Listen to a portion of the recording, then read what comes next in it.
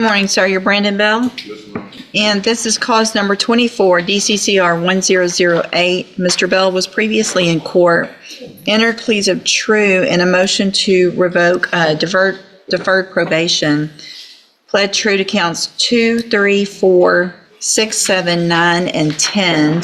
And there was not an agreement on probation for aggravated assault with a deadly weapon. And there's also medical records of how he lost his leg recently from being run over by a dump truck while working. Okay. Probably in addition, Judge, if I may, to the fact that you were called the complainant in the underlying case for which he is on probation, it looked like a stretch to even put him on the probation with his history, but she was very adamant about wanting probation or even non-prosecuting, and she came and testified before you the last time the motion was set so that you could advise them both with respect to the no contact order, which I don't think either one of them were following, but I don't have proof of that, but I know that's been a concern, but I had some difficulty with that portion of the case. Okay. And if the court would also remember, she was expecting another child. They are expecting another child.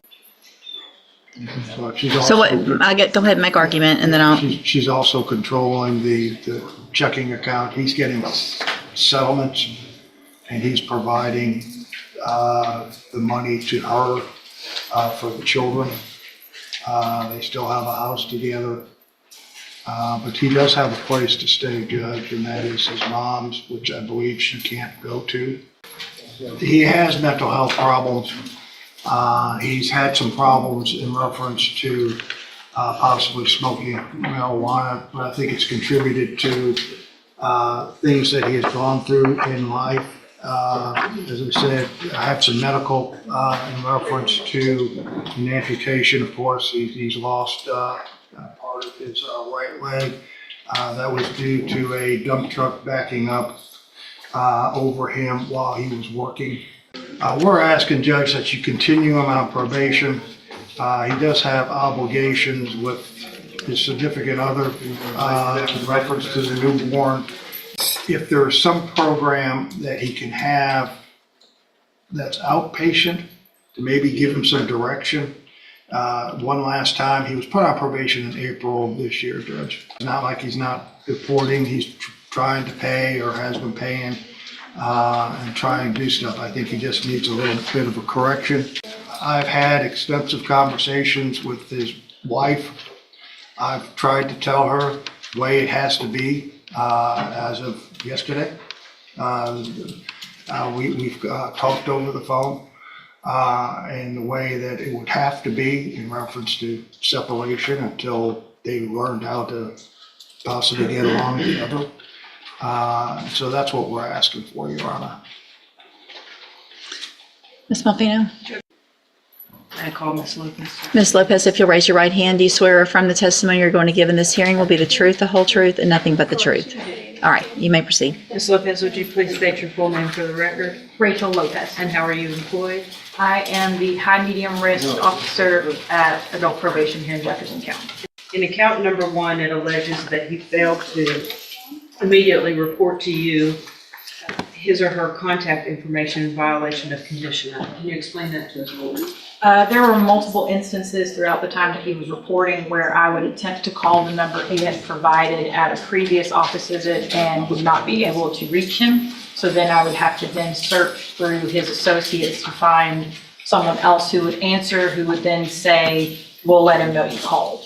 And so it's standard in our court orders that they are supposed to keep their contact information updated due to the fact that most of the time I cannot give out certain information to other people due to confidentiality.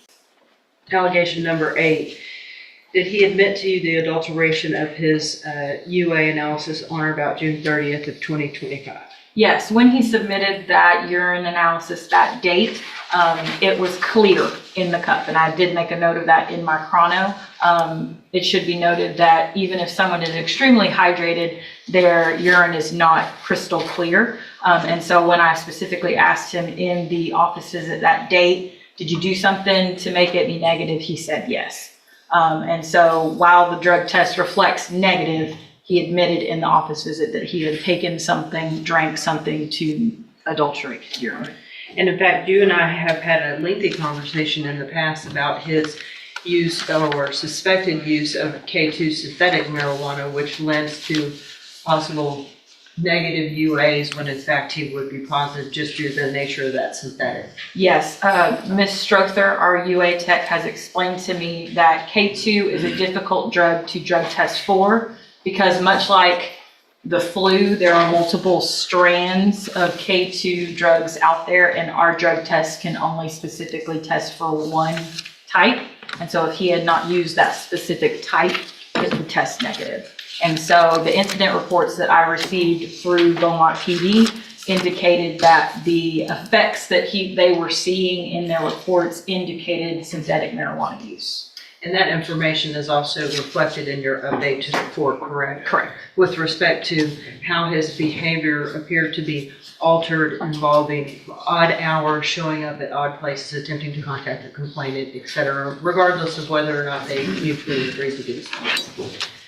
And I believe your recommendation is very well thought out and very well put in the updated PSI. Do you have anything to add? I do not at this time. Okay, has I have some questions. Yes, sir. Ma'am, did you ever get his records from Meltdown? I believe so, yes. And was he under medication? Not during the time of all of this taking place. I know that since he was out on bond, I believe he went to Spindletop as of August 11th, and that was when he began having his medication the way he was supposed to. In your report, you stated in the first or second paragraph that while the defendant does report as directed, he has made basic efforts towards paying his fees, correct? So he has been reported to you. Correct. And then you also started receiving phone calls from the victim. Did you have any dealings with the victim at all? Were you here the last court hearing? I was. She didn't act very rational either, did she? Not often, no. And do you realize that they are expecting another child? Yes. And how many other children do you remember? I 3 or believe they 4? currently have 3 children together. I believe this is the 4th. If I told you that there was a settlement to Scott Brown in reference to the motor vehicle accident that took his leg, you wouldn't disagree with that. He told me that at the jail when I did my PSI update. And he's getting monthly, settlement checks, or quarterly settlement checks, in which the wife does have access to his account. That I don't have any knowledge of. You did also receive telephone calls from his mom, correct? Correct. And basically, she said that he's talking out of his head. He has mental health issues, right? She did at one time, yes. She didn't know. Well, has to be between April and now, right? Yes. Because it was put on. Specifically whenever he was out on bond. Okay. He did appear to be kind of delusional state, correct? Yes. Unable to remember reference to taking medications or injecting. So he was on some type of medication, correct? Correct. Nothing further. Anything else, Ms. Buffino? I don't know yet what I'm going to do, but is there any reason based on the injury that Mr. Bell could not go to special needs safety? Is that something that would prevent him from going? I do not believe so. You don't think so? You don't think so? I think there are people that have gone to Spindletop that are Sure. in wheelchairs and things of that nature. Yeah. I said Spindletop, I'm sorry, Stacy. Yeah. So I think he would still be able to go. I think it would be under special needs. Right, that's what I would, Yeah. if that were an option, it would be special needs because that would address both of the. That addresses mental health also. Yeah, that's what it's for. I mean, and here's the thing. I think a lot of the mental health is because you're using synthetic marijuana. I mean, that's gonna, so, Ms. Malfino, anything else? Judge, I think you have a lot of information before you ending your decision. I do think it important, and I didn't want to hide behind the fact that we have had the issues with the complainant, and she did come and testify. And that's the only thing that's keeping me from doing probably what needs to happen. But I don't have an interim update with respect to her. You may. Have you heard anything? I have not heard anything since all of this happened. The reality is she's called me multiple times and complained and said that Brandon's here and she wants him gone. But Ms. Lopez, please don't send him to jail. She is very back and forth about it. My largest concern, Your Honor, is that the offense that the defendant on probation for is extreme. And my biggest issue, in truth, is the fact that Mr. Bell does not take any responsibility for any of it at all. I don't disagree. Can I just have one question, Judge? Did his accident happen after When did your accident happen? November 4th. of last year? It's a, Of last year? So all this has happened since he's been on probation. Was No, this prior. before? Was that His prior to accident his was accident? prior to when he was placed on probation. Right. No, but how about the incident itself? Oh, the underlying offense? Yeah, April of last year. So the underlying offense was prior prior to his. to the injury, but the injury was prior to probation where he's still, I mean, regardless of you can still do things to injure someone, to harass someone, to put someone in fear with or without a leg. And that's what he's done. That's what you've done. Still make babies with her. I mean, I don't know. I mean, that she was pregnant. The whole point of this is you beat the crap out of her when she was pregnant, and now Third child. we've got the fourth. Correct. Judge, would you like me to do a bailiff call with her and see if for some reason she showed up today and Sure. court needs to speak with her? Adriana Bell? Can we do a call for, Adriana Bell? I don't know if that's going to help either, though. We've done that before. There was a no contact, and now we have another baby. So obviously there was contact. Can I just, from what I found out, Judge? I don't need Snickers from the gallery. I'm not calling them as witnesses. Judge. Every time they got mad at each other is when she got on the phone. But she got on the phone, but that's him blaming. He beat her. You admitted to beating her.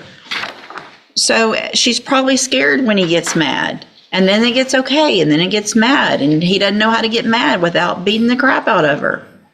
I didn't get that indication, Judge. She's been to my office every other day. She's called.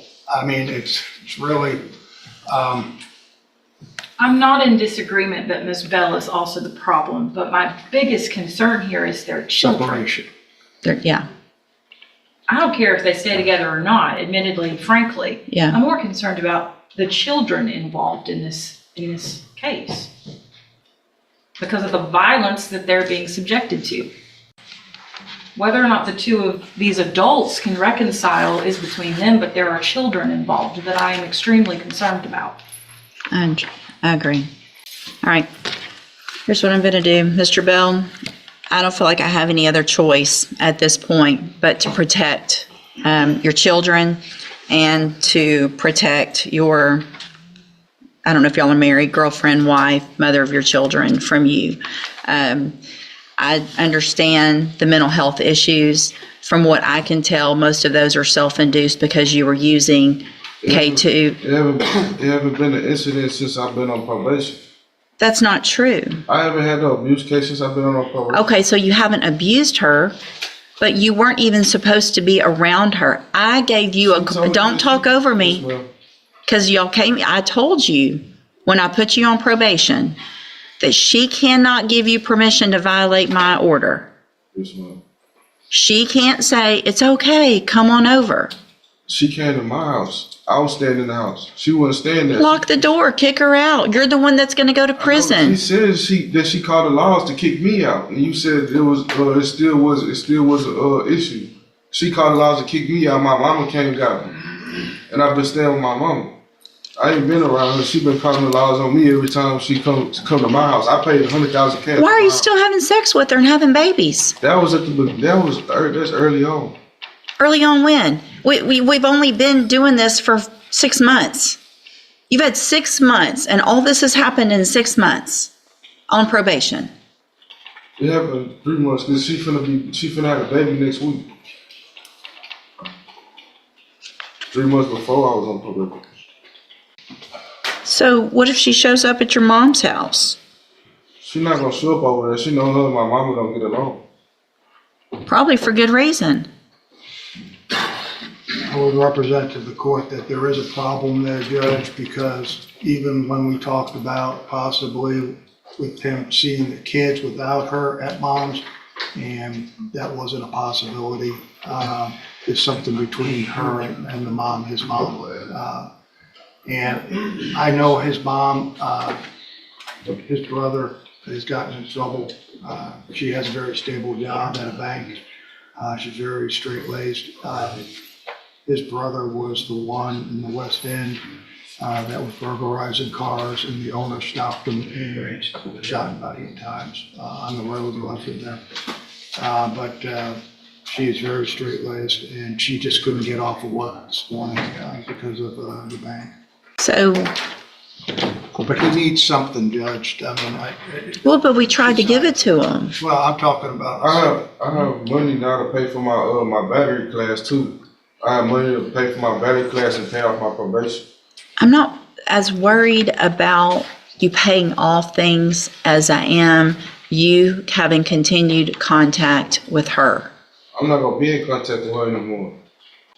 Is there a way, Judge, to put him on a GPS and reset this for 60 days? No, I'm going to make my decision today because I'm absolutely, if I leave him on probation, he's going to safety, period. So we're not going to get out and see how we do and take that chance without having some kind of treatment up front. I don't know. Y'all hold on a second. Just don't take them far. Mr. Burbank, you're asking that I continue Mr. Bell on probation. Ms. Treatment, Judge. With treatment.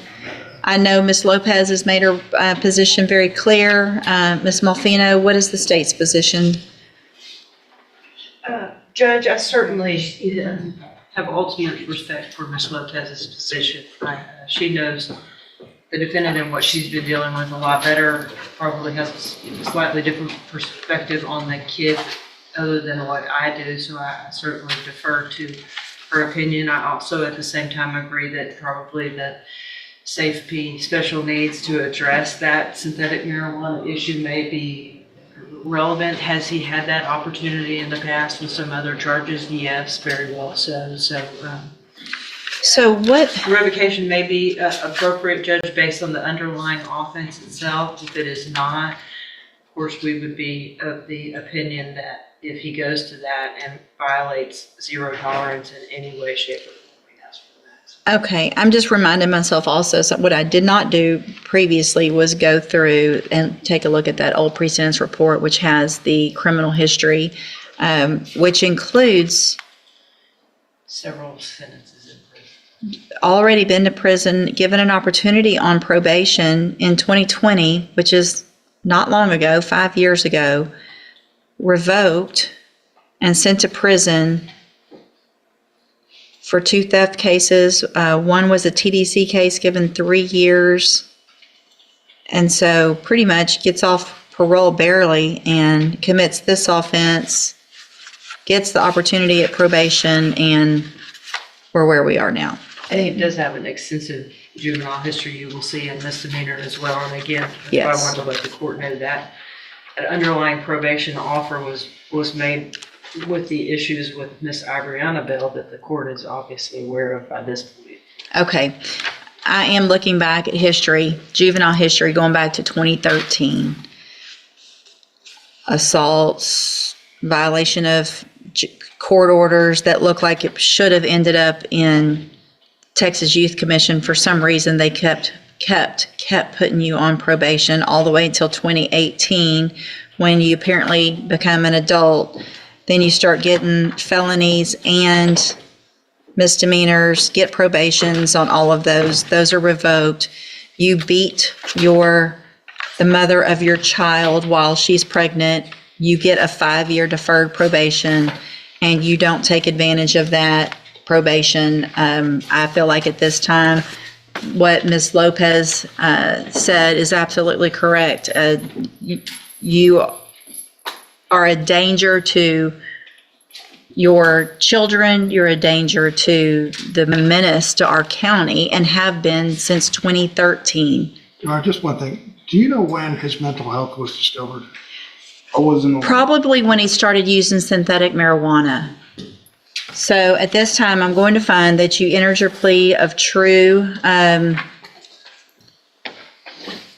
So you were previously in court, entered pleas of true to counts 2, 3, 4, 6, 7, 9, and 10. And then today, I am going to make a finding of true to counts 1 and 8 based on the testimony of Ms. Lopez.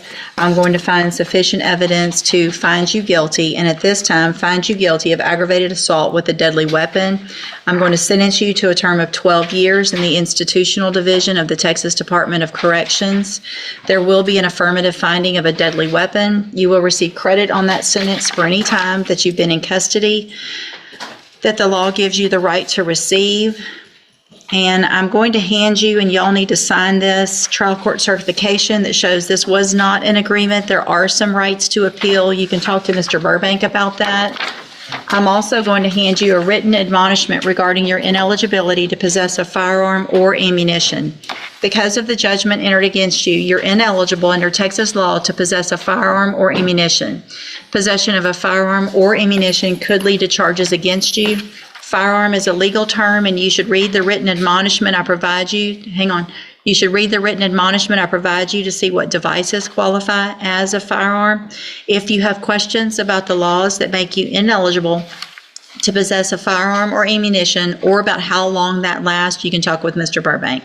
You need to sign that, and then I'll get you a copy of it, and then you can go back with the bailiff. You think that's fair?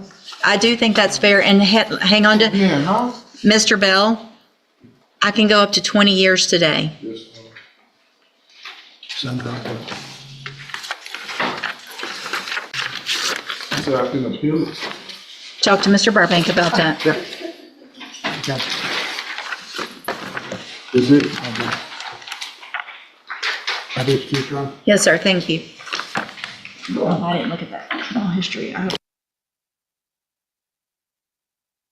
In this deeply troubling probation revocation hearing, Brandon Bell stands before the judge having violated his deferred probation for aggravated assault with a deadly weapon in almost every conceivable way. Failing to keep his contact information updated, adulterating a drug test by drinking something to make it come back negative, using synthetic marijuana K2, which is nearly impossible to detect, showing up at odd places at odd hours, and most critically continuing to have contact with the very victim he was ordered to stay completely away from. The case becomes even more complicated when it emerges that Bell lost part of his right leg after being run over by a dump truck while working.